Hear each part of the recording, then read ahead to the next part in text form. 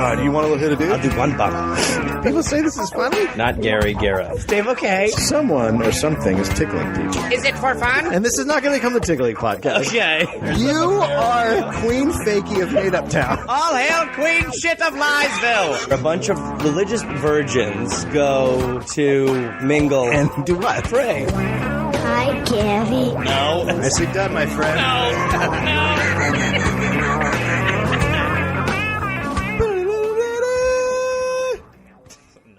That's, No, wait, let me stop you, because I know what you're going to say. What? That's the new theme song, or that's like the Dollop song, but it's not. Yeah. No, it isn't. We do a lot of experimental here. No. And, yeah, that's it. No. Could I say something? What? First of all, you're not drinking a Perrier. Usually you're drinking a Perrier. Oh, I make the sparkling water at home, and I put it in the Nalgene. Ah, yeah. Soda machine, baby. So I have a Perrier. A very small one. A small one. And on the side it says, Discover Street Art. Facebook.com/Perrier. Oh, cool. So, Hey, where'd you find out about Banksy? It's funny. I was actually drinking Perrier, and they keyed me into it. I'd never heard of it before. I didn't know what street art was, and now I'm just super into it. I also... Space Invader, you heard of that guy? Yeah, I saw. Fucking Perrier turned me on to them, Perrier man. turned me onto them, as well as sex. Like, I didn't know about fucking until the side of Perrier said, tried putting it inside, play just the tip, and I was like, oh, what? God, I love good choice, Perrier. Yeah. And I put the tip in, and it ended up going the whole way in. Yeah. And then my girl got pregnant, and I asked Perrier what to do, and it said, you can get rid of it. You can get an abortion. So I found out about that. So it's really been guiding me. Perrier's great. Great. Hey, I have to say a shout out to Doctopus. Yep. Which is a great band name, by the way. It's a great band name, and they're a great band. And they said that they'd listened to they burned through the Dollop on their travels in the United States, and I went and saw them last night, and they were fucking awesome. Fantastic. And they shouted oofty goofty. So they shouted oofty goofty. Check Yep. your mic to make sure the settings are all correct. yeah, it is. I got this little guy, right? Yep, that's the guy. Oh, switch that one. Which one? That one. This one? Yeah. There we go. That's it. Yeah, I think that's it. Was everything bad until then? No, it was okay. I just thought it needed to be a little bit louder. Sure. You know, break it out a little bit. Sure. Blow this shit out. Excuse me? We're in Gareth's house. Yeah, this is your first time. I've never been in the Gary before. Is it called the Gary? Why would it be? My name is Gareth, so no. I don't know if I believe that. The year was 1864. We're starting. Yeah. All right. Carl Akeley was born in Clarendon, New York, and grew up on a farm, attending school for only 3 years. A good amount of time back then. Well, you get into the second grade, and you're like, I'm good. Pretty sure I know most of nothing, everything.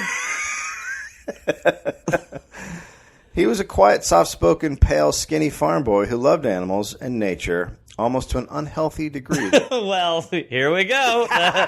We'll be hearing about that part again. It bordered on obsession. While his friends were out studying and playing, Carl was out in the woods drawing realistic pictures of animals and plants in his own blood. Hey. You have a question in the back. Real quick, just a question. Go ahead. He was painting, which is great. Yeah, love to paint. And it was his blood. Yeah. Well, it's the nearest thing that's available. Besides paint. Well, paint, you have to go to the store, whereas if you're going to use your own blood, you just, poke a hole. Okay. There's more arguments against blood, but let's just keep pressing through. Eventually, this led to taxidermy, which he thought was far more fun than farming. Wait, eventually this led to taxidermy. So Yeah. he just was painting He was painting with his blood. and then he was like, I feel like just stuffing him. Yeah, I should put him full of stuff. Okay. The dead ones. Oh, that's nice. Carl spent hours and hours in his room studying a taxidermy manual ordered from the back of the magazine Youth's Companion. Wow. I mean... Yeah, that was a great mag. I can't believe that thing shut down. Yeah, Youth's Companion is a magazine. And in the back is like, how do stuffed dead animals? You know what? Maybe just make a friend. Hey, this is Youth's Companion talking. Hey, this youth companion, do you not want to have any friends at all? Buy this manual. Buy this manual and then pay attention to the ads in back. The manual was only $1 and instructed readers to work in secret so that no one may know the mystery of the art. Also, because if people knew you were doing taxidermy when you're 12, they're not going to want to go anywhere near you. That's like when, somebody who touches kids is like, your mom and dad will get mad at you. Yeah. You know? Yeah. Well, it's also very, I wouldn't say pedophile-y, but it's like But serial killerish. It's super weird. Don't tell anybody Yeah. you're fucking around with dead animals. Yeah. Don't tell anybody. Don't tell anyone you're putting stuffing in dead animals' asses. They'll look at you different. If they don't do it through the asshole. We'll get more into it. I know you do. I've always done it through the asshole. Okay. He was able to teach himself the procedures of taxidermy up to a point where he felt justified in having business cards printed announcing that he did artistic taxidermy in all its branches. So he's bragging about it. So go ahead and go pass those out downtown. Yep. How you doing? Hey. Artistic taxidermist. Where you going? You're 12, right? I'm 12 years old. Halfway through my life. Under his bed, on his windowsill, on every free surface in his room were dead stuffed animals. Chipmunks, robins, squirrels, wrens, everywhere one could look. Easy place to take a girl to. The animals were covered in a solution that kept flies from enjoying the dead. Great. Preparation. I'm sure that smelled fine and scentless. The whole room smelled great. Oh, yeah. Preparation of the solution. To half pint of 60% alcohol, add an ounce each of arsenic, camphor, alum, and a bit of strychnine. Shake it well and let it stand for 12 hours. Label poison and keep the bottle well corked. Hey, Carl, what you doing in there, buddy? Huh? Nothing. With my poison. Can I get a marker and some more poison labels? Nothing. No parents. Carl used his taxidermy as escape from his sullen home. There was a pall cast over the house due to the deaths of 3 of his infant brothers. Okay. His mother's grief kept her wandering about the home like a ghost. All right, so let's just from a psychological standpoint. Sure. 3 infants have died. Yes. And now the mother is like a shell of a person, and the boy is upstairs trying to save the dead. So, I think everything's fine and good here. Sigmund Freud would not be overwhelmed. Nothing here. There. Nothing to see here. What is going on inside the house? Nothing, Siggy. It's all normal. Move on. Just a bunch of poison, lacquered, stuffed dead animals and a bunch of ghosts. This one is labeled "Mommy, love me too." I mean poison. Over the years, his mother had come to blame his father, and she turned all her bitterness on him, attacking him constantly for failing to give her a good life. Things were only made worse when his father paid another man $1,000 to go fight in the Civil War in his place. Wow. It's a tough call. It's emasculating, but yeah. But either way, you're fucked. Yeah. You're either going to die or people are going to be like, you are a huge pussy. Yeah. The man survived the war and then was able to collect interest on the debt for years, sinking the family further into poverty. He made a bad deal. The guy who went and fought made a great deal. Oh, yeah. That guy's, he's like, fucking yeah, baby. I'm you. Keep giving me the money. At some point, one of Carl's aunts became alarmed at how pale and unwholesome the boy looked. A 13-year-old boy shouldn't spend all his time in his room with dead animals. It was a disgusting habit, and now other children were teasing him and taunting him. His aunt was especially concerned for Carl's soul because he refused to stop his disgusting hobby on the Sabbath. Okay. Most of it's fine. But the fact that you're doing it on the Sabbath. That is not your day. I'm okay with all the dead things. Listen, you're very pale for a 12-year-old. You need to stop cutting up squirrels on the Sabbath. That's the problem here. That is the problem. By the way, also the kids were having a fucking field day. Oh my God, could you imagine? I would have just... Yeah. Oh, I would have... Relentless. I would have murdered him so bad he would have had to stuff himself. For that behavior. The aunt wanted to take him to the county asylum, which is only a half a day's ride from the farm. But that all changed when his aunt forgot to put the drape on her pet canary's cage one night. Oh, shit. The bird was found dead in the morning. Oh. Carl quickly came to the rescue, cut it open, stuffed it, and mounted it right back in the cage. Now it was all good with the ant. Oh, Jesus Christ. That's what a selfish bitch. Oh, now that I've seen the magic. You're fine. We're all fine. Mama, let's dig up the babies. I'll make our house better. You see? There's no problem here. Everything's full of life still. It looks at you. Its eyes never close. It loves you. It loves you. Look into its eyes. Carl then got a job working for David Bruce, who is making a nice living as a decorator during the current nature craze. Oh, what a rush that was.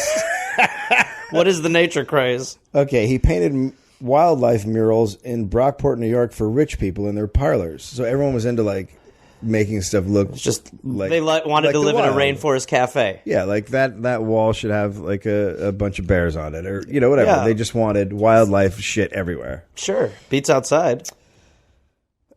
Bruce lived just a couple miles down the road from the Akeley family farm. At once he could see the boy had something about him and dead animals. He just knew. Very perceptive.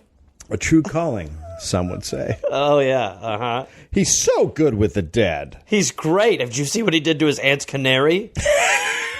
My God, it's like it still chirps.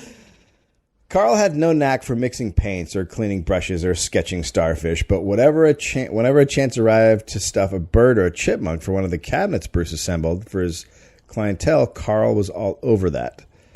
So what I think that means is that people would order a cabinet and they'd want birds on top of it or a squirrel. Sure.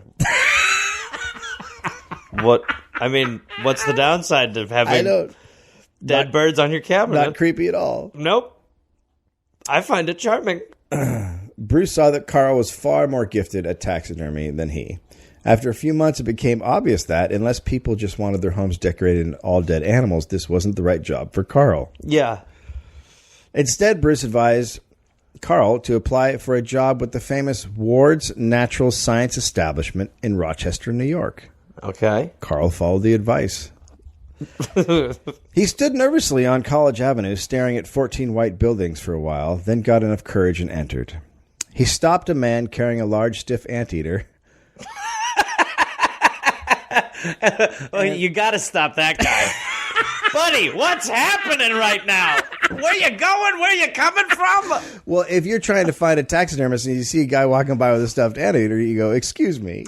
Oh. You look like you might know where I'm going." Oh, my God. As a taxidermist, you're like, oh, just play it cool. Play it cool, man. Don't blow this shit. That is the mother of all dermies. Holy moly. Okay, just play it cool. You don't want it, and maybe you get it. Play it cool, man. Don't freak out. Don't freak out. Don't freak out. I don't know if I can fit you in, but maybe. He asked the man where he might find Professor Henry J. Ward. He was directed toward a building where a stuffed ape sat on the front porch. And he was like, "I'm home. Oh, just These are my people." You know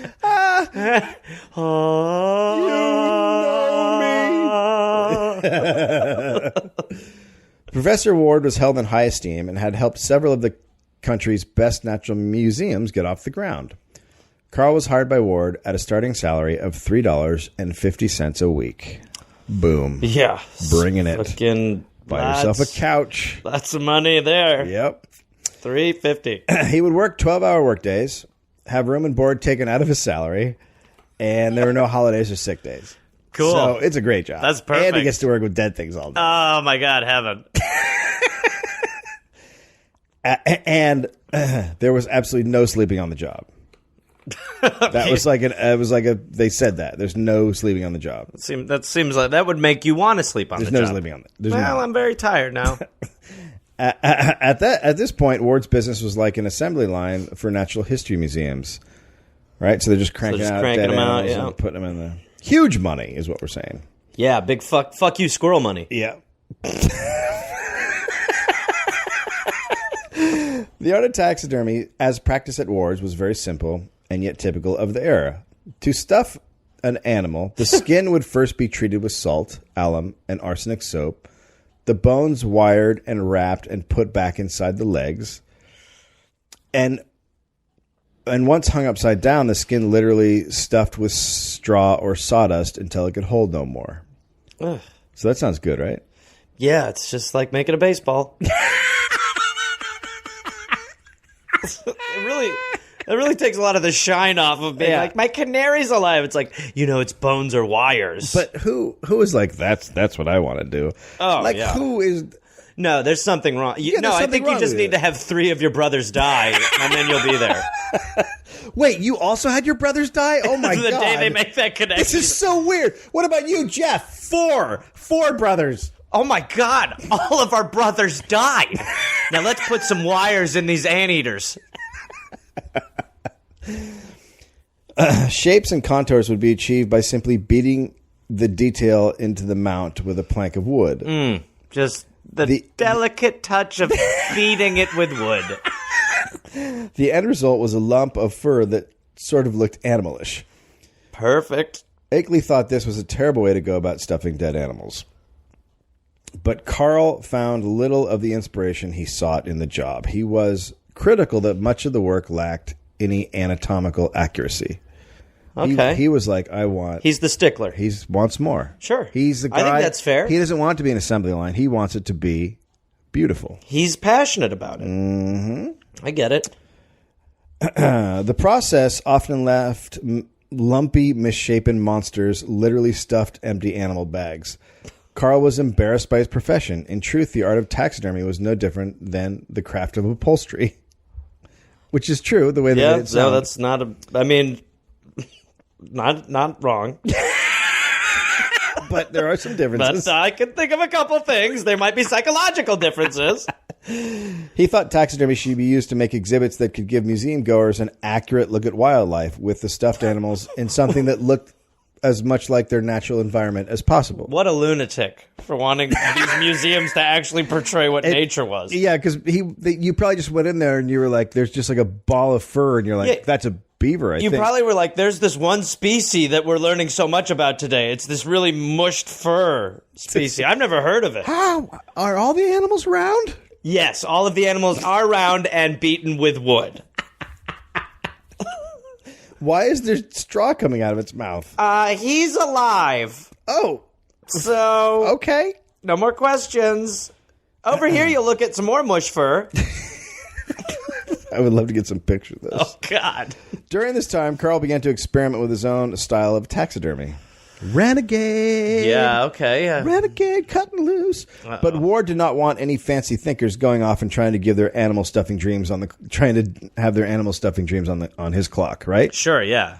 But that left a Carl to working at night. He'd stay and work and was experimenting on new ways of taxidermy. So he's can't sleep during his job. He's working 12-hour days. He's working 12-hour days. He can't sleep during that, and then at night he's going off on his own. Yeah, he's doing extras. He's plugging the guitar into the amp. I get you. On one occasion, he stole a zebra, a dead one, obviously, good, and worked on it through the night until dawn. He set about skinning and molding the body. He managed to remove the entire skin through one incision to the belly and smaller cuts to the lower legs, which he slipped off like socks. Sexy. Gross socks. When he was done... Skin socks. Yeah. Yeah, girl. No, girl. No, what? When he was done, it looked like the zebra had leapt out of its body. So success. It finally looks like an animal. Okay. You mean he stuffed the skin alone, so it looked like the zebra... Or you mean he cut it and he pulled it off. So what I'm talking about after you take the skin off, what the zebra looks like. Right. Cool. Because usually it would be not really workable for... I think it's pretty great. Meh. He then hung the skin up to dry, as you will do. Those are not things you want to be saying about a person. I don't know. But after he slept, he came back the following day to find that someone had opened the zebra skin up entirely, and it was mounted in the old way and his cast thrown out into the dump. Fuck off, fancy boy. I bet he was fine with this. What are you doing there, bitch? Hey, man, quit your revolutionary stuffing. It ain't art, man. Yeah, just make another mush fur. Put more fucking hay in it.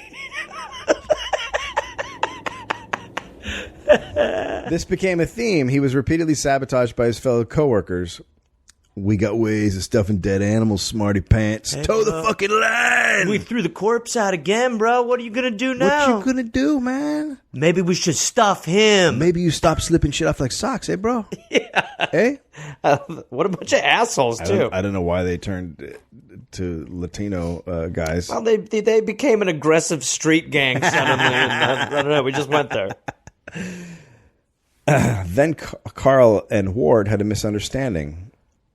Carl was too ambitious and too careless, even a bit arrogant, and he boasted that he was an artist, not a sculptor. Fuck yeah. Professor Ward fired him. Oh, he also fell asleep on the job. Well, he was up all night skinning zebras like socks.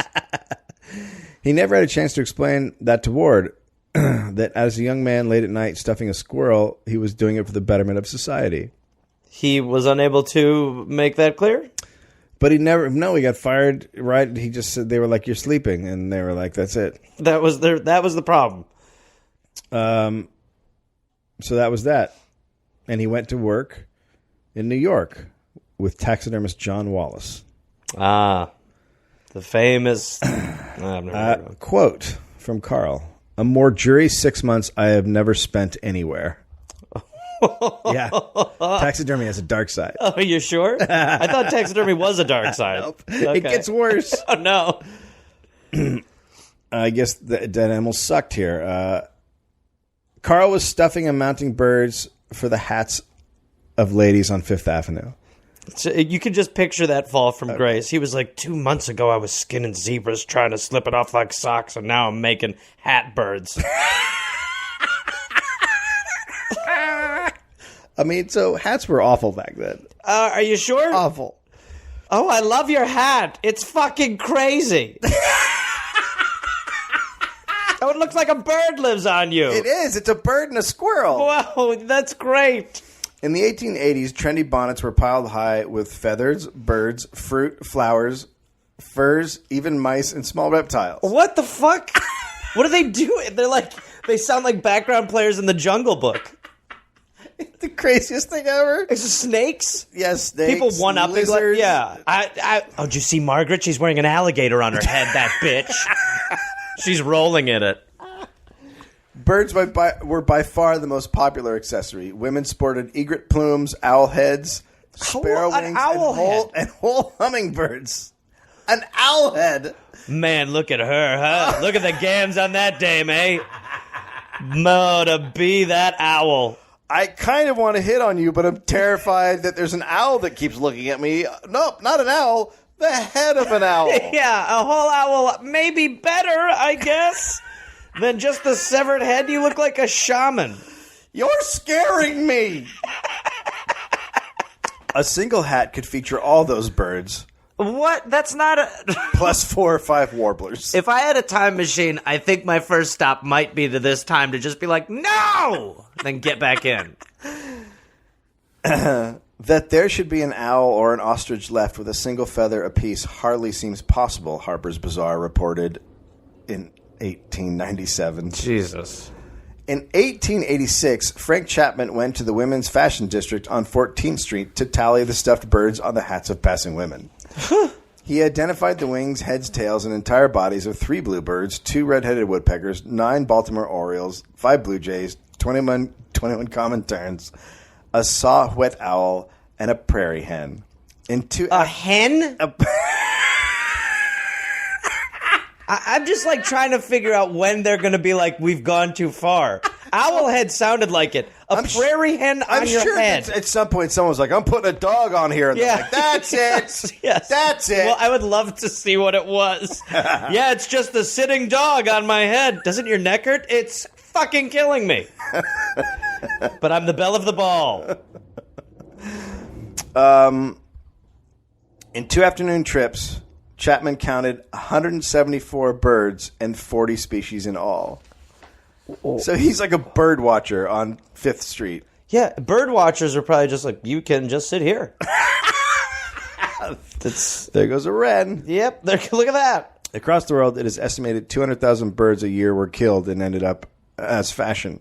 It must have been so fucking confusing for birds at first, too. They were probably like, Henry, Jesus Christ, what the fuck? I came over to say hi, but you're just staring at me. Dad? Ah! It's just the head of Dad. Carl worked in a dark, dank basement in a moldy warehouse under the Brooklyn Bridge. Healthy. The workshop stank of death, and the sound of whistles of passing tugboats and other vessels was endless. So now it's like a bad movie, right? Horrible. Yeah. His boss, John Wallace, was a short, intense man with a Cockney accent who loved the shit out of beer. Akeley and the other young taxidermists, mostly boys. So it's like a bad summer job. Yeah. It's like or something you do after you get out of college. Yeah. What are you doing? You know what? I haven't figured out yet. So right now I'm just. You want a job stuffing birds for hats? Oh, okay. Cool. Come to this basement that smells like mold. Oh, fuck. They would all come in and sit around a table on wooden benches. Hunters would come in with bags of dead birds from New Jersey or Long Island, and Wallace would haggle with them. Then the bag would be dumped onto the table. Sometimes 400 birds a day. Oh, my God. Oh, my God. Bluebirds, sparrows, waxwings, whatever they could shoot. Just a big, bloody heap of dead birds on the table. Carl would reach into the pile, pull out a bird, skin it, quickly shape it into something that would look great on a lady's head, and then move on to the next one. His fingers bled from the sharp bird talons and the sewing needles. He would often skin 100 birds a day. Then the birds were dried, boxed, and shipped off to the fashion district. The dead bird on a hat was at its peak fashion-wise, and Wallace had the best reputation for quickly skinning birds. This is another thing that why, like, in movies that take place around this, why has nobody exploited the fact that birds were on heads? I have no idea. It's insane. Yeah, why wouldn't that? How is that not in all movies of that time period? It's a pretty great detail. Any movie that is taking place around this time, the 1890s, it should just be all dead birds on hats. I remember Gangs of New York. I don't remember one bird hat. Not one bird hat. Not one. Not one. There's also a different time period. He was completely depressed and no longer considered himself an artist. He thought he deserved his purgatory for being arrogant when he was at Ward's. Okay. Sure. So, when Henry Ward came after Carl declaring that his dismissal had been an erroneous mistake, he happily returned to his former employer. Okay. So things are... Well, things are not good, but better. Things are better than working in the bird heap. Yeah, but he hated... Yeah, we're back, though. While there, his biggest job was mounting the famous elephant Jumbo from P.T. Barnum's circus. Wow. Okay, that seems like a pretty good gig. Jumbo died in a terrible train accident, and Carl and his supervisor, Critchley, were sent to complete the 5-month project of mounting Jumbo. Wow. It couldn't have been easy to mount a... No. Especially when you're rusty because you've been doing birds. Yeah, and I mean, who knows what a train accident does to the body of an elephant? There's also that. It can't be good. I'm sure it's not good. It can't be great. Yeah. Carl left Ward's after 3 years and took a position at the Milwaukee Public Museum. Hey, been there. Girl. Been there, girl. So you've seen some of his work. Sure. Yeah, apparently. A lot of it's still there. Oh, then I have, yeah. It became the turning point of Carl's career, where over the 8 years that he worked at the museum, he was able to put into practice many of the ideas he had theorized over during his day at Ward's. He was also a prolific inventor, at this time perfecting a cement gun to repair the crumbling facade of the Field Columbian Museum in Chicago. He is today known as the inventor of the shotcrete, or the gunite, as he termed it at the time. And can you imagine a day without gunite? I mean, I love to just go out with my shotcrete and just blast some... Are we shotcreting this week? Yeah, we are shotcreting. Okay, because I didn't know if you... All right. Oh, no, I got it all set up. We're going to perfect. We're going to shotcrete a couple of Starbucks. Yeah, I can't wait. Over his lifetime, he was awarded more than 30 patents for his inventions. So he's no dummy. Yeah, but no dummy. But he also invents stuff like the shotcrete. Right, so... Totally useless. Yep. It was at the Milwaukee Public Museum that he revolutionized taxidermy. He created realistic-looking animals surrounded by their natural habitat. He dedicated his life to making the most lifelike dead animals around using plaster and modeling clay while paying special attention to the musculature, behavior, and skeletal structure of the animal. He went out of his way to make it look like it was still alive. To take it a step further, he then put the animals in lifelike environments, devising new ways to create lifelike trees and plants out of wax wire, thread, and other stuff. He made sure that any museum exhibit he designed was lifelike and as realistic as possible. But what? That's good for him. But why? Why was there anybody who was like, no, don't make it accurate? People hate change. Yeah, but okay, so you're working in taxidermy and you're taking like a skunk and I've mushed it into a nice ball. You basically just fucking shove shit in as fast as you Beat it can. with wood, yeah. There's a skunk, and now some guy's like, look, man, that's got to look really great and more like a skunk. And then you have to make a skunk environment. Yeah, if you're that dude, you're like, I don't want to be here 15 hours a day. I want to fucking punch the clock. See, I'm the talent scout in back. You know, Yeah. I'm like, all right, I like what this kid's saying. I'm telling you, they just people didn't want to do the work. I mean, I feel like people with birds on their heads would be pretty understanding. Well, that's a good point. Thank you. His first project involved the portrayal of a Laplander driving a caribou sled over the snow. This successful project was followed by another exhibit involving orangutans collected in Borneo. So he's fucking doing it. Yeah. He's living the dream. Borneo, where Oofty Goofty is said by the layman. He also took his first trip to Africa to hunt his own animals for the museum. Okay. His hunting trips did not always go well. I'm curious why. On one particular day, he was in Somalia checking out the wildlife. Hunting alone, he shot a hyena and a warthog, and then left them in a secure place and continued hunting. That's probably not a good call. Why? Are you saying that in Africa in the 1900s that there isn't like a lockbox? Yeah. No, I feel like that's going to bite him in the ass. Like, you don't think there's like a hunting locker that you throw your stuff in? No, I feel like it's probably almost like bait. Oh. Yeah. Well, that's interesting. That's an interesting theory. Isn't it? Later in the day, he went back to his spot, but instead of finding his dead hyena and warthog, he found two big bloody streaks leading into the bushes. Ooh, I should probably go see what that is. Carl heard noises and froze. It took him just a second to realize what was happening, but it was already too late. He raised his rifle and fired to try to scare off the animal, but that didn't work at all. Suddenly, out of the bushes leapt a gigantic leopard. Ugh. Carl was unable to get his weapon pointed quickly enough, so he dropped his gun and threw his arm up just in time to prevent the beast from ripping out his throat. Ugh. The leopard latched onto Carl's left hand, biting down with everything it had while kicking him with its back legs. Jesus The classic two-pronged cat attack. Yeah. Double down. It's also, I mean, on behalf of animals, it really has a lot of ass to kick out of it. It does. Yeah. Yeah. I mean, when he tried to pull his hand out of the leopard's jaws, it only made the cat bite down harder. Oh, so he's Christ. basically fucked. There's not a lot of winning moments here. No, this is not going well at all. So that's the end of the Dollop. Was it a good story? It's really good. No, it's not. Actually used his taxidermy brain and punched his fist down into the leopard's mouth. Oh, shit. Greatest move of all time. Well, the leopard was like, that's a first. I didn't. That's new. A first. Congratulations, my friend. Note to self: don't eat fists. This is his first live taxidermy. It's exciting. So, if this ever happens to you, if a leopard's ever eating your hand and punching you in the gut with its back legs, you just cram your fucking hand deeper into it.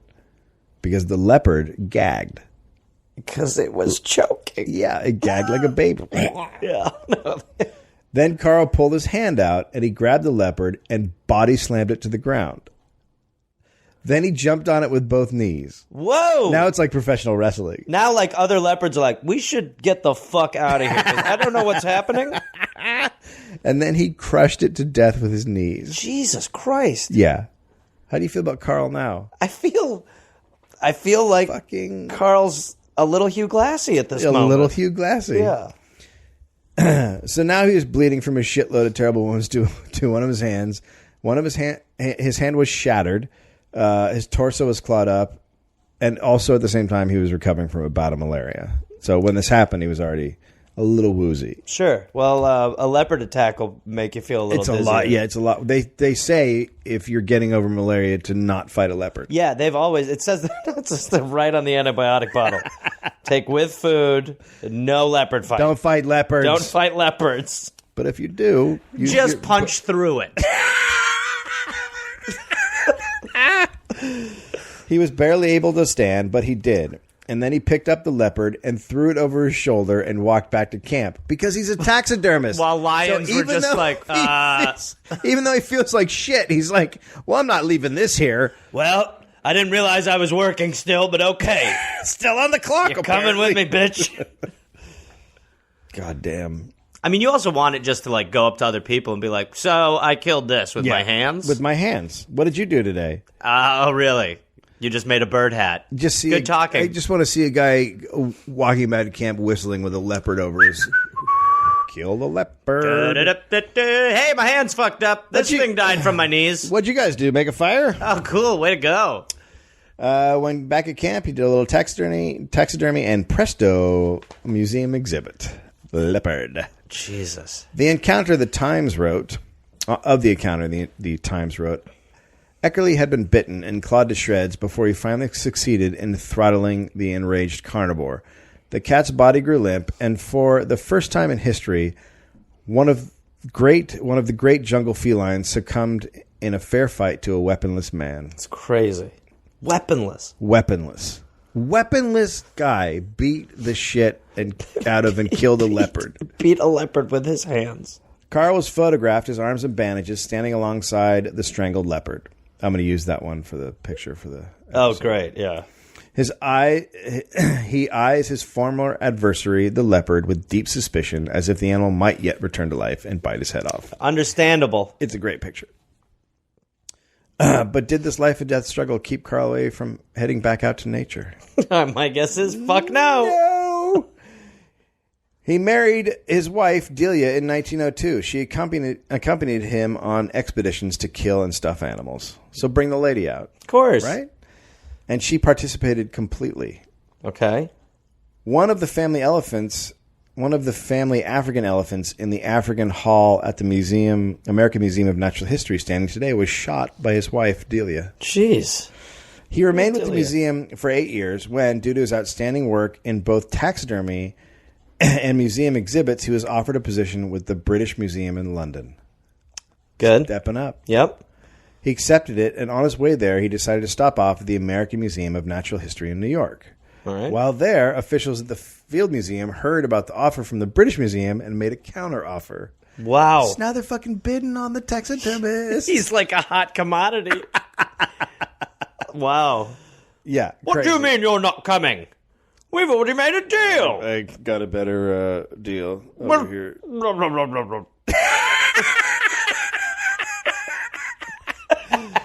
The New York Museum offered him a much better contract and the opportunity to go on an expedition to Africa to secure specimens. He accepted on the spot. Okay. He agreed to work for free. Interesting don't know move. what's happening here. Interesting move. Don't know what's happening here. Okay. The only man who creates a bidding war for nothing. I'm terrible at negotiating. I'll do it for 0. But if you two both want me, I'll do it for nothing. I think I got a pretty good deal. He agreed to work for free as long as the museum would finance him on a bunch of trips to Africa to collect specimens. So all he wants is to be able to go to Africa and get his shit paid for. That's fine. Free travel. Sure. That makes a lot of sense. But that means he's killing animals, just so we understand what he's doing. Yep. Carl saw this as a mission of conservation instead of as a guy shooting animals and putting them back together so people on another continent could look at them for fun. In the early 1900s, it was a time when every dude with a few bucks headed over to Africa and shot the living shit out of beautiful animals. What? It was just the thing. It still happens now. I know, but then it was like, it was the thing. It was like a bird on a hat, if you will. Carl was worried that this senseless destruction of wildlife would end up completely depopulating entire swaths of the African countryside. Well, he should just learn to have his government not worry about that. Yeah, I agree. Way better policy. So he went on a simple mission: observe the wild animals, get between 2 and 5 various breeds of African wildlife, preserve their hides, and memorialize them in a lifelike sculpture so they look exactly like they did in the wild. Except Without a beating heart. except without the life part. You can't explain that to the animals, unfortunately. You can't. They look at it as just a murder. Guys, I'd like to work with you and have you just stand still for a few years. But I've also had a leopard eat my hand and know how you get. I'm going to kill you. So, your memory will live on. Carl wanted future generations to know what a hippo looked like, and he assumed they would soon be extinct. So what better way to help people remember animals than by killing them and making them into stuffed animals? Right? Sure. Logic. Yep. So, off to Africa he went on several trips. Eckley and his wife were now becoming a famous hunter couple written about in U.S. papers. Oh, of course. I mean, everybody. It's just like today with our famous hunter couples. Yeah. The It hunter couple.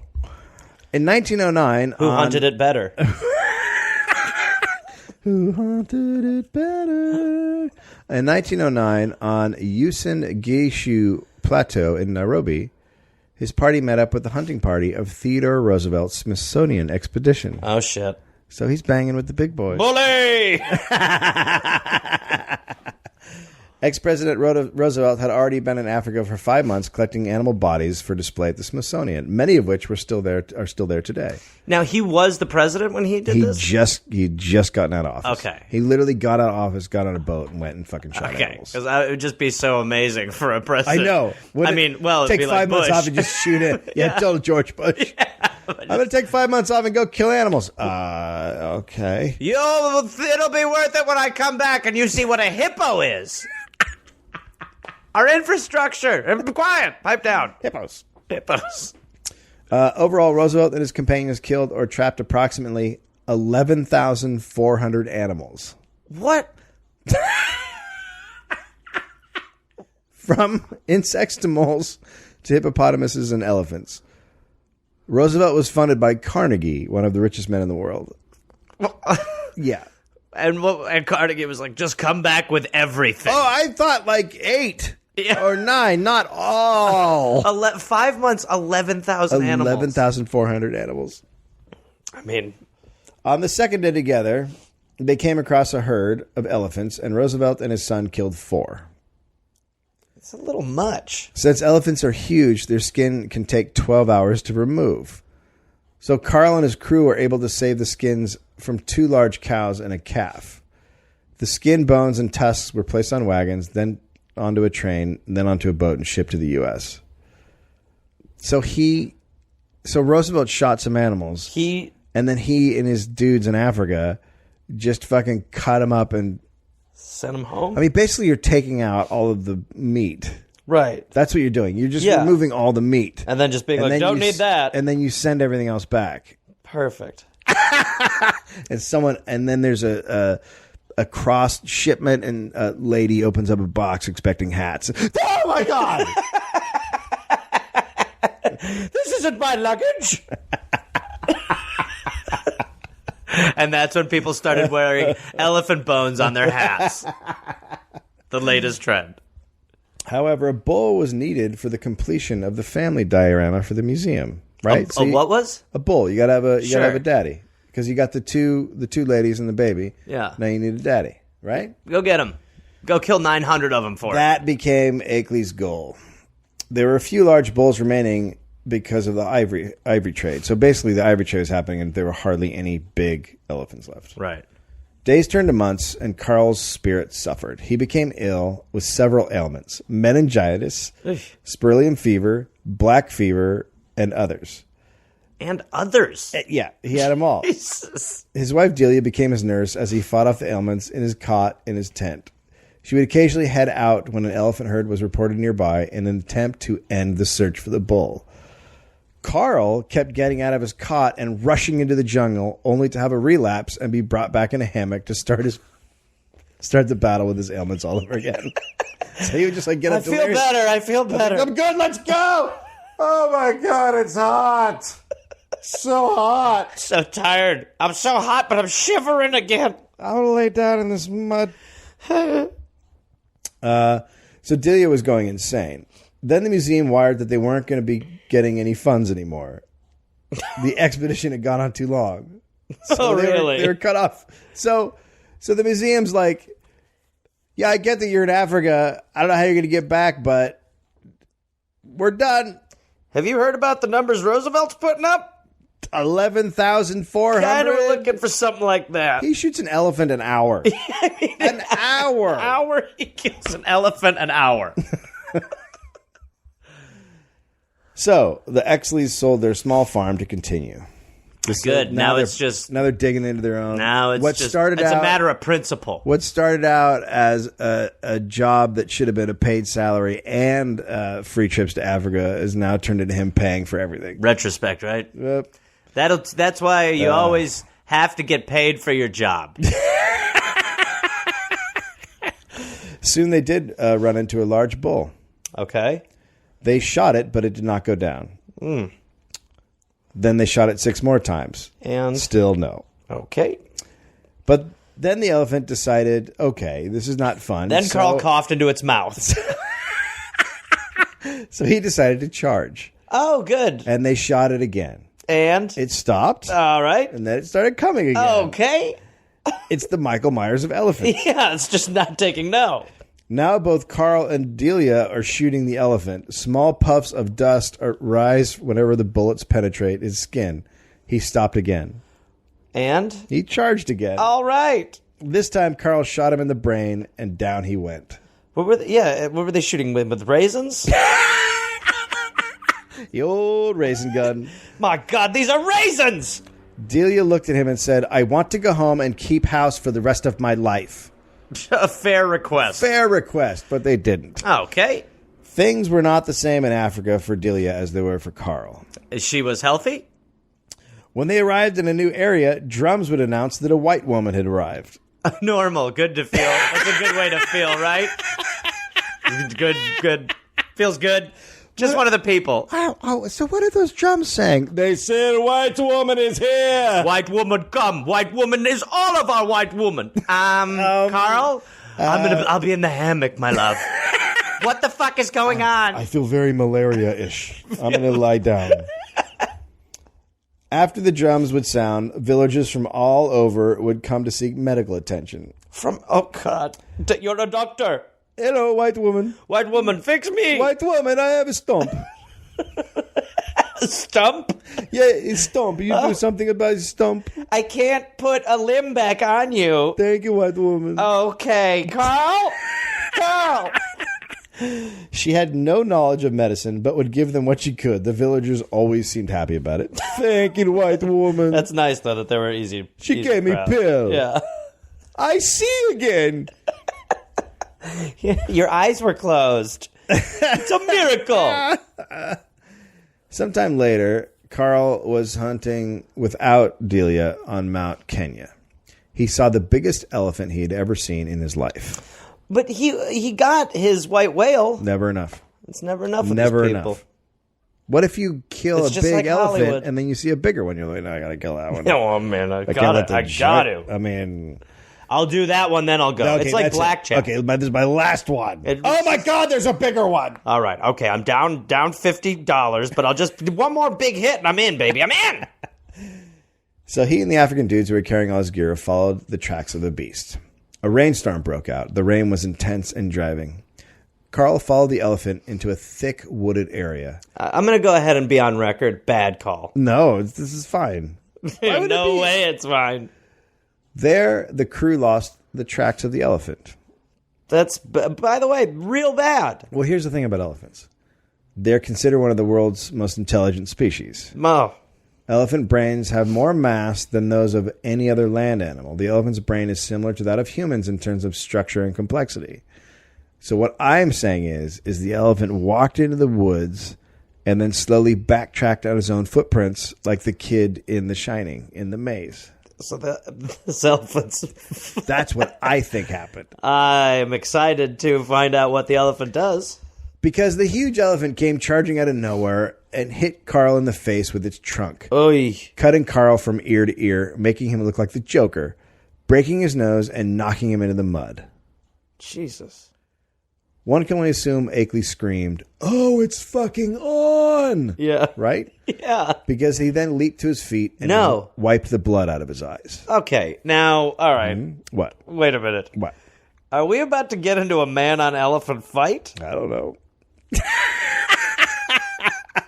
Just then, the elephant lunged directly at Carl's chest with a tusk. He's an elephant! Carl! Okay, now Carl has obviously seen the Matrix movies. Because he grabbed a tusk with one hand and then slipped himself between the two tusks. He did the old tusk between? The tusk zone. He went into the tusk zone. Yeah, total freedom. Where the elephant's like, oh, not good. It's like the eye of the storm in a Yeah, hurricane. totally, He's like, yeah. Can't get me, bitch. What you gonna do? And the other one's like, God fucking, what is this shit? No tusk jumping! That's against the rules. Come on! He figured he couldn't be impaled to death when he was in between the two impaly things. Fair. The elephant was like, "Oh no, I have other stuff. I know other things."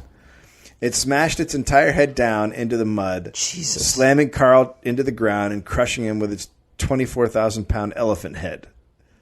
He should have been crushed to death. What do you mean should have been? But the tusks hit something in the ground, like stones or roots, that stopped them, just short of. Ugh.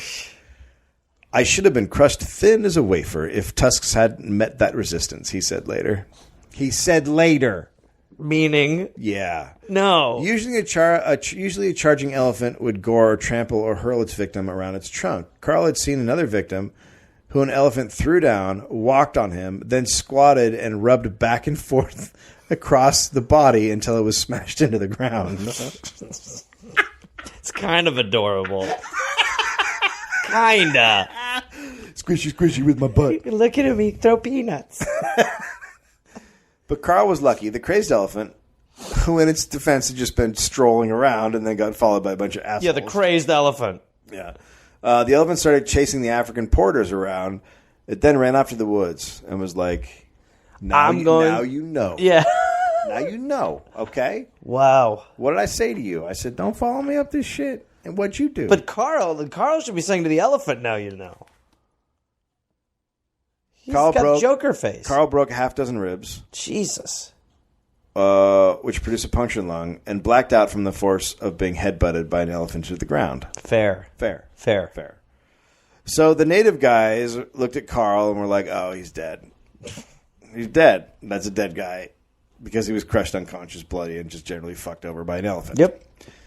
Now, members of the Swahili Mohammedans and the Kikuyus Very great tribes. will not touch a dead guy. Okay. Because Ebola. Yeah.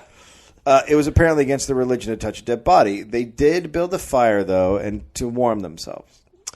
Very nice of them to do that. And then they left. Right, great. Okay, see ya. They left Carl in a few inches of wet mud. Carl woke up 5 hours later and looked around and was like, "Well, can I get a little help?" I got Hugh Glassed. Motherfuckers Hugh Glassed me. All the porters were gone, and he was like, "What the fuck?" Yeah. Back at camp, Carl's wife Delia was kicking it with when two porters came back and told her he was dead. Well, that's not really what happened. First, they came back and walked over to the chef and had a casual conversation and laughed a little bit. Delia was curious because she knew they were the porters who had gone out with her husband. Where's Carl? They seem to have such a fun conversation. Then they leisurely strolled over her and said, "Oh, by the way, Carl's dead." And we're all going to have eggs tonight. Just talk to the chef. The rest of Carl's guides had gone back to their villages. She said she wanted to see the body. The porter said, "We're going to pass. Nice. No, we're good." Yeah, I mean, he's the guy, and he had the money and Yeah. stuff. Yep. She then threatened them at gunpoint and told them to take her to the guides. Oh, we'd love to take you. Yeah, no, now that We've always said we wanted to take you. What did you hear? Yeah, no, let's do it. So they did. The guides, however, passed on helping. So she took the porters out into the jungle and then at some point fired 3 shots into the air. Carl responded with 3 shots of his own. They followed the sound and found Carl laying in the mud, still saying, "What the fuck? Hey, I thought we had a little help. remember when I said little help? Little help. Little help." Carl was a dreadful sight. The elephant's trunk had scalped his forehead, closed one eye, smashed his nose, and tore open one cheek so that it hung down and exposed his teeth. Many ribs were broken, lung punctured, and blood was running out of the corners of his mouth. They brought him back to camp. My love. Give up on me. They might die, stuff me. You are a type of fluoride. Stuff me. Move my cheek into my mouth again. Look, I can breathe out of the side of my face. Look at me. That's fun, right? They brought him back to camp and moved into one of the porter's tents, and he drank an entire bottle of alcohol, some broth, and took some quinine. Then he passed out. When he woke up, his wife Delia was by his side. She nursed him back to health over the next 3 months in the camp. Several times a week, she would go out and hunt birds and antelope and other game for Carl to eat. That's not going to help her get away from the cred of being a medicine woman. She's done nothing to fight that White lady case. here. Oh, don't worry. If you're dead, just go to the white lady. She'll touch you. Carl was dead. Well, sort of. No. A little. No. I mean, not at all. He was I was alive. not dead. Yes, you were dead. You died. You died, I see. Bye, Carl. See you around. When he was healthy again, they set back out on their adventures and went to Uganda. Well, just take fucking no for What? an answer. Yeah, no, listen. The world is, the universe is telling you something. He's got a plan. He's got an idea. His plan should be to go home. Well, he's got shit he's working on. Now he's already killed the bull. No, there's more bulls. They came across a gigantic crocodile sunning itself on the other side of a river. All right, okay. Okay, So what? here's what I'm going to say. Okay, go ahead. No, not leave it be. No. Leave it be. Disagree. I Why would you leave it be? It's sunning itself. Maybe you don't have one in your museum. and maybe that's an okay Or thing. you only have 9. Oh, Christ. So Carl shot it. Then one of his porters dove in and swam across the river to get the croc body. But he never made it. He was grabbed by another croc that was underwater and quickly chomped him to death. Yeah, I mean, he really doesn't know how crocodiles operate, I guess. He's like, they're water-based too? So Carl was like, I got this. And he did. No. While shooting at some crocs and his porters beating others away with sticks, he made it across the river. But he was like, all right, so that was hard, so I'm going to take an easier way back.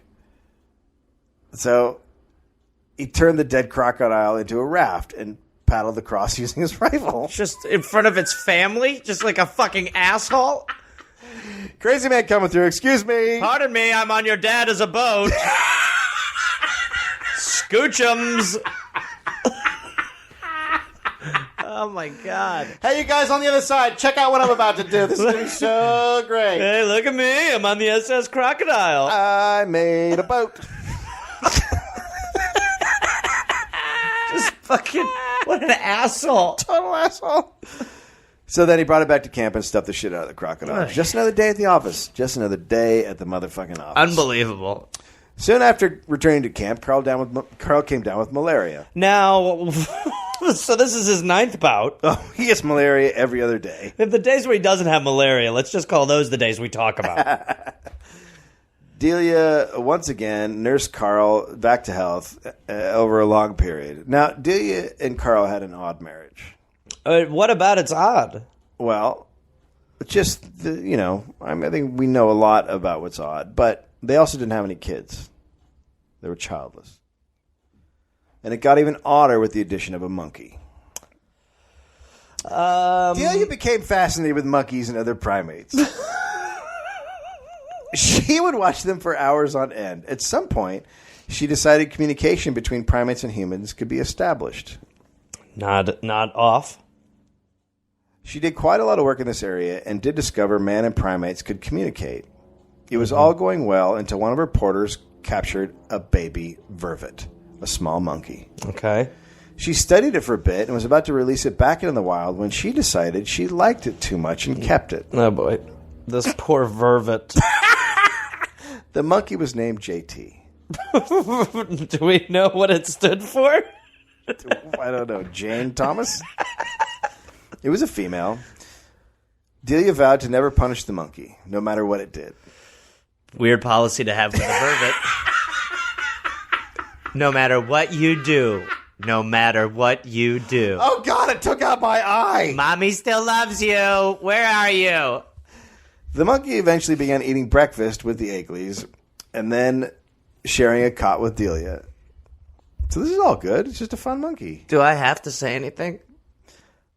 This is going to be fine. I don't think it is. Over time, the monkey became aggressive, See? graduating from nips to full bites on anyone it felt annoyed by. I graduated from Nips in 98. Great school. Going to bites now. I'm actually at Bites U. JT was rewarded with this biting by being brought to Manhattan to live in the Akelys' apartment. That's it. You've bitten us so much, you're going to the big city. You'll learn, JT. You'll learn. JT had her own room, ate with the family, and basically became the couple's only child. JT began shredding Delia's clothes, and then anything that wasn't bolted down was destroyed. That's a good boy. Or girl. That's a good girl. Oh, I wish I hadn't made that policy about Well, that. I can't punish her. Oh, boy. It's a real shame, too, God because damn she's it. a fucking nightmare. What an asshole. I wish I could go back on that promise I made to no one. Well, anyway, here we are, dying from monkey stabs. Delia became prisoner to the animal, at one point not leaving the apartment for 3 weeks after a monkey playmate she gave to JT died. Here's a friend. Oh, Well, I just won't go out anymore. nah, that's it. I'll stay in with you. I live with you I have forever. to stay with you, monkey. Crazy monkey. JT grew more wild. It pulled tablecloths with dishes off the table, ripped the curtains, flooded the bathroom, destroyed the pillows, and bit anyone around. He was probably just trying to do that magic trick where you just yank the sheet. Yeah. Yeah. Up until the biting anyone around, it was just Curious George. I mean, it's what you'd expect from a wild monkey. Yeah. Oh, monkeys are wild? Yes, I'm sorry. I should have explained that. I see what's going on. Yeah. One day, the monkey bit Delia on the ankle. She waited 3 days to call a doctor. The leg was swollen and infected and required surgery to be saved. But Delia wouldn't leave JT. So the surgery had to be performed. The surgery had to be performed in the apartment. So, in other words, Dave, what you're just trying to tell me is that the woman who had an infected monkey leg who insisted on having the surgery around the monkey. Okay, I'll let you know when any red flags pop up. And the doctor was like, fuck, it bit me. Oh, God. That didn't happen, did it? No. Oh, my God. I was like, So awesome if it did. all right, I'm living here, too, with my weird monkey leg. Okay, you know what I'm going to do is I'm going to go to the hospital and get surgery. Don't. JT will feel shame. Did you do that to him? It took 6 months for her to recover. Delia stopped going to all social functions and seeing friends to spend all her time caring for the monkey. If you can believe this, the marriage suffered because of the monkey. But why? Because I don't she know. wanted to have sex with the vervet? I don't know. Then JT bit her wrist horribly near a vein, and Carl was done. Yeah, okay. He arranged to have the monkey sent off to a zoo in Washington and quickly shipped the animal. I think she's going to hate that. Well, you giving up your baby like that, Not easy. and trust me, this is a great baby. Yeah, it's a great baby. Besides tearing arteries out of your arm I every now mean, and it's then. just fun to have a monkey in the It's fun to have JT. That's classic JT. We've always said that. Oh, JT. Always ripping mommy's veins. Get late. Delia then volunteered to work for the American forces in France in World War II in 1918. She just up and bailed. She didn't return for over a year. Carl filed for divorce on grounds of desertion. They were divorced in 1923. Okay. A monkey ended the marriage. Not just any monkey. Sweet little JT. At some point, Carl became obsessed with gorillas. Oh, God. He was amazed by them. No. He invented a portable video camera to tape the beasts, Hollywood took to the camera immediately. It was used to shoot all those old newsreel videos. Okay. He fucking invented Wow. that camera. Jesus. But the gorilla would change Carl Akeley's life forever. He killed and stuffed a couple, but it felt different than killing other animals. In November 1921, Carl was in the Belgian Congo stalking silverbacked apes. What could go wrong? Normal sentence. What? It's okay. I'm friends with a monkey. It's okay. My daughter's a vervet. I'll show you a picture when I get up that tree. Seriously, my daughter's a vervet. Seriously, my daughter's a vervet. She ended my marriage because she tore my wife's artery out of her arm. She worked to the war. Anyway, get catching up. Carla's guide saw a large male silverback on the other side of a canyon. They set out to climb up the other side of the canyon, which was a brutal near vertical climb. Okay. Carl felt a fever coming on when they set out, and by the time they reached the top, he was a sweaty, feverish mess. Nothing new there.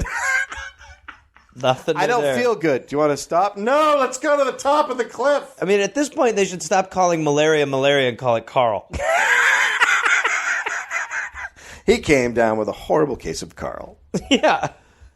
So they clung to trees. They got to the top. They clung to trees, nearly hanging over the cliff, and they saw the ape. A guy took aim and shot, striking the beast.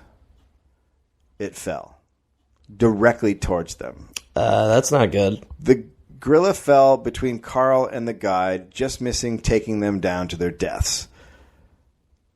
But Carl's relief quickly turned to concern as the gorilla catapulted over the first ledge. Luckily, it stopped at the lip of the canyon, snagged on a tree. So this is a beautiful sight. This is horrid. Carl climbed down to the spot with a porter who held onto his feet as he worked on the gorilla. If any of the branches on the tree snapped, Carl would fall to his death. Using a jackknife, Carl cut and tugged away the gorilla's skin. He cut out the gorilla's heart and handed it to the porter. Then he took out the brain and the liver. There's more coming. All done. I'm getting all the big pots. Get a second basket. But he felt sickened like he never had before. Why on that branch skinning that gorilla? He severed off the gorilla's head. It would be great right after that if he just looked to the sky and went, "What's it all about?" As he cut a gorilla's head off. Have I made mistakes? What's your plan for me? Oh, this is a weird time for a midlife crisis. Boy, I really miss Delia. I should get a nice car. He kicked the innards off into the canyon below, and he worked until his fingernails were loose, which was actually a common part of his trade because arsenic made it difficult to keep one's fingernails. More upside. Good. Another perk. Another perk of the job. Look, I don't have fingernails. Hey, and I look like the Joker. Do you want to fuck? Yep. Then the porters packed up all the bones, the skin, and the other parts, and they headed back to camp. They made it just before dark. At the camp, Carl sat with the gorilla's head in his lap. Who's a good boy?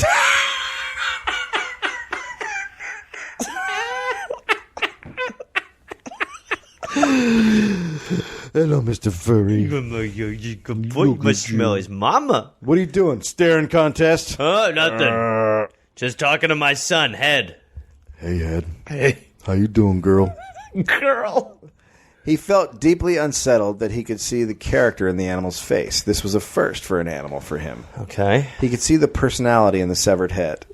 Most of the personality was like, no. A little sweet. A little, yes, it is. A little sweet. I mean, he's having a moment. If he's able to look at a dead gorilla head with some sort of empathy, there's something there, I guess, right? We can't fault him entirely. Holy shit, these things are alive. Yeah, this thing's got feelings. On the journey back to New York, Carl reevaluated his life. He would no longer kill animals and stuff them and put them in museums. Humans. He suddenly saw what he was doing as barbaric. He believed what he was doing was murder. Okay. So that's what happens if you cut off the head of a primate and put it in your lap and look at it during dinner or whatever. If you cut off the head of an ape and then you just keep staring at it, eventually you feel a little weird. However, meanwhile, across town, Roosevelt could be heard shouting, "Pussy! Winner! I'd punch that head. I'll eat soup out of that thing's head. Give it to me. I'll drink its skull."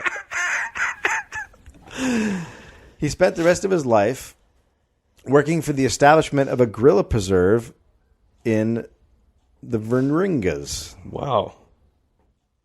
In 1925, he influenced King Albert I of Belgium to establish the Albert National Park. It was Africa's first national park. While opposed to hunting them for sport or trophies, he remained an advocate of collection for scientific and educational purposes. So I'm assuming he's saying once they died of natural causes. Yes. Like if a elephant was like, heart attack, and then it fell over, then he'd be like, okay, spin that one. Fair. That one's fair. Fair. That's a fair grab, Gen Z. Yeah, and you can see the heart exploded so much that a bullet-like substance shot through. Since the National Park for Gorillas worked out so well, Akeley then went on to convince Roosevelt to set up the American National Parks Association and establish a ton of national parks and wildlife preserves in the States, including some pretty key parks designed to protect the California redwoods. He went from being an avid hunter to one of the world's first environmental conservationists. That's fucking nuts. In 1926, he returned to the Congo to observe gorillas. But this time, Carl Akeley would not return. He caught a fever and died at the age of 62. He was buried where he fell, near the top of a mountain between two peaks measuring 11,000 feet in elevation. 86 years after his death, his life's work is still immaculately preserved in the Akeley Hall of African Mammals at the American Museum of Natural History in Manhattan's Upper West Side. The World of Taxidermy and Fish Carving Championships awards gold medallions that bear Carl Akeley's likeness, based on a photograph he had taken at Stein Photography in Milwaukee. How the fuck was he not stuffed? How do you not... Right? Yeah, I mean, it's nice that you bury him where he died, but Seriously. it's so much better to be like, Yeah. let's put hay in him. Stuff me. Stuff I would him. say that would be my DNR. Yeah. Do not resuscitate and stuff. Stuff. I've always said I wanted to be stuffed. I would love to be stuffed. Just sitting there in the fucking... My wife has be to walk by me. I'm just in the corner. Yeah. Urgh. No, well, what you want to do is you want to have, like, you want to be like one of those novelty keychains, and you want to have your catchphrases put on buttons on your chest. So when my wife walks by, I just go, hey, girl. Yeah. Go Giants! Go Giants! I'm going to go play with Finn. I love you too, hon. You look good. You looking good. What smells so good? You or dinner? Or both? What smells so good? You or dinner? Or both?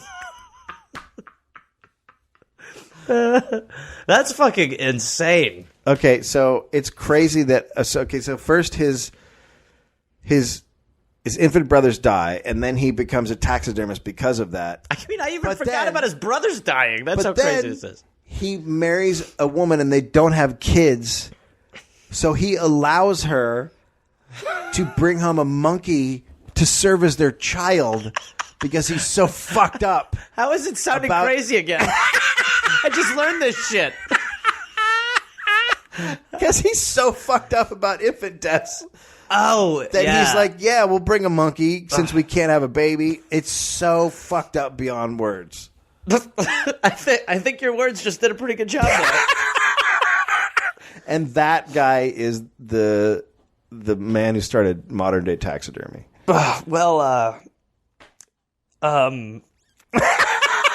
Pretty speechless after this one.